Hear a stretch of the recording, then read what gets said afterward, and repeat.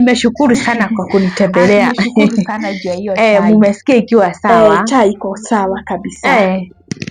Haya, na mtoto anasomea shule gani? Academy. Haya, kumbe ni mwerevu hivyo. 1 + 1 2.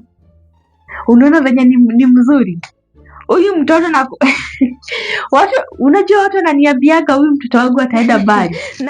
Naona. Hebu muulize ingine. Na 2 + 2 3. Hiyo labda amechanganyikiwa. Hiyo labda amechanganyikiwa. Muulize ingine. Unajua watoto huchanganyikiwa. Muulize hata hesabu kubwa. Huyu ni mtoto amesoma. Na 4 + 4 Mama msoni. Gai, huyu ndo unasema amesoma?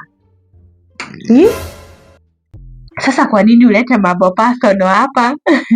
Na ni mbele ya mtoto wangu. Na unampelekaga shule expensive. Twende home. Sawa.